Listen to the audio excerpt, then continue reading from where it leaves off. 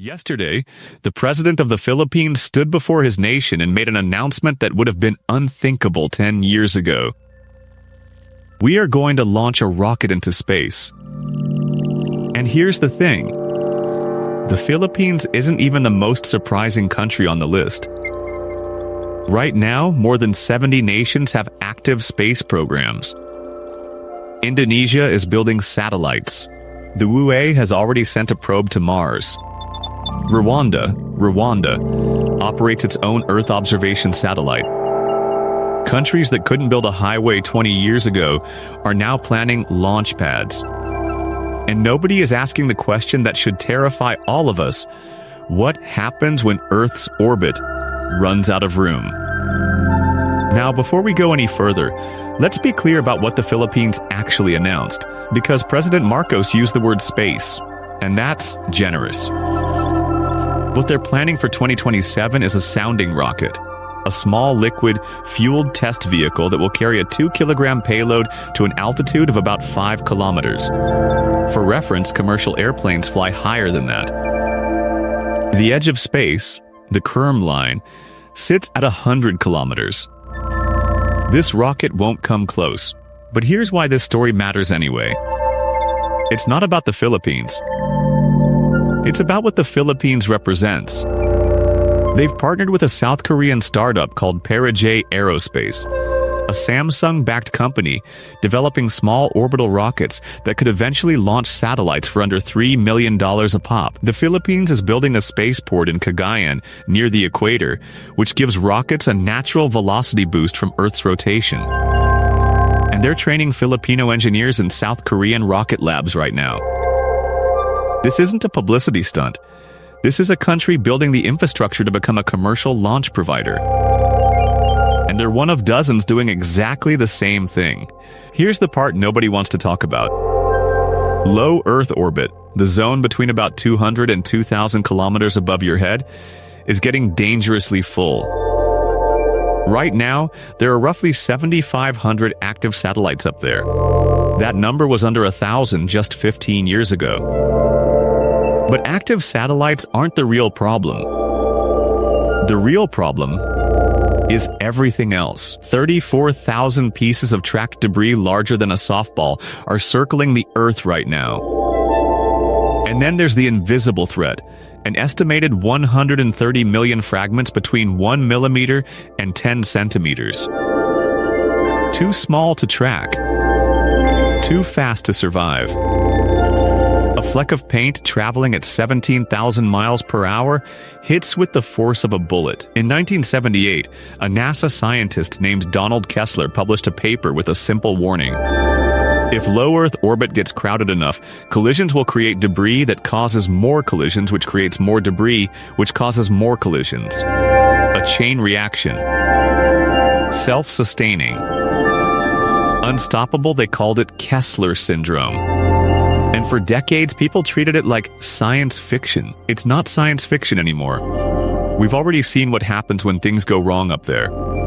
In 2007, China tested an anti-satellite weapon by destroying one of its own weather satellites at 865 kilometers altitude. One explosion. It created over 3,000 trackable fragments.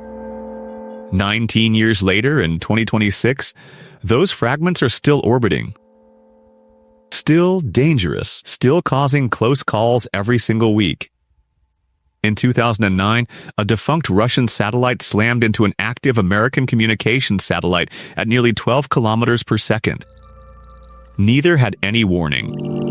That single collision created over 8,800 pieces of debris, each one now a potential bullet aimed at everything else in orbit. And this is where the new space race stops being an inspiring story about human progress and starts becoming a math problem with no good answer. Every new nation that enters orbit adds more hardware, more potential debris, more collision risk. SpaceX alone has over 7,000 Starlink satellites up there and plans for 30,000 more. Amazon wants to put up 3,000 of their own. And now you've got countries like the Philippines, Indonesia, Malaysia, Rwanda, and the UAE all building launch capability at the same time. Nobody is coordinating this. There is no air traffic control for space. Let's talk about what this actually means for you. Because this isn't about astronauts or satellites.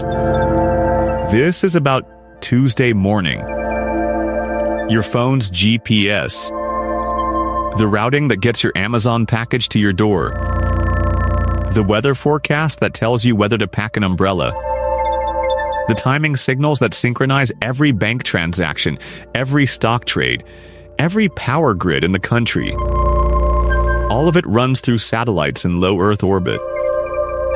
The International Space Station has had to perform emergency maneuvers to dodge debris more than 30 times.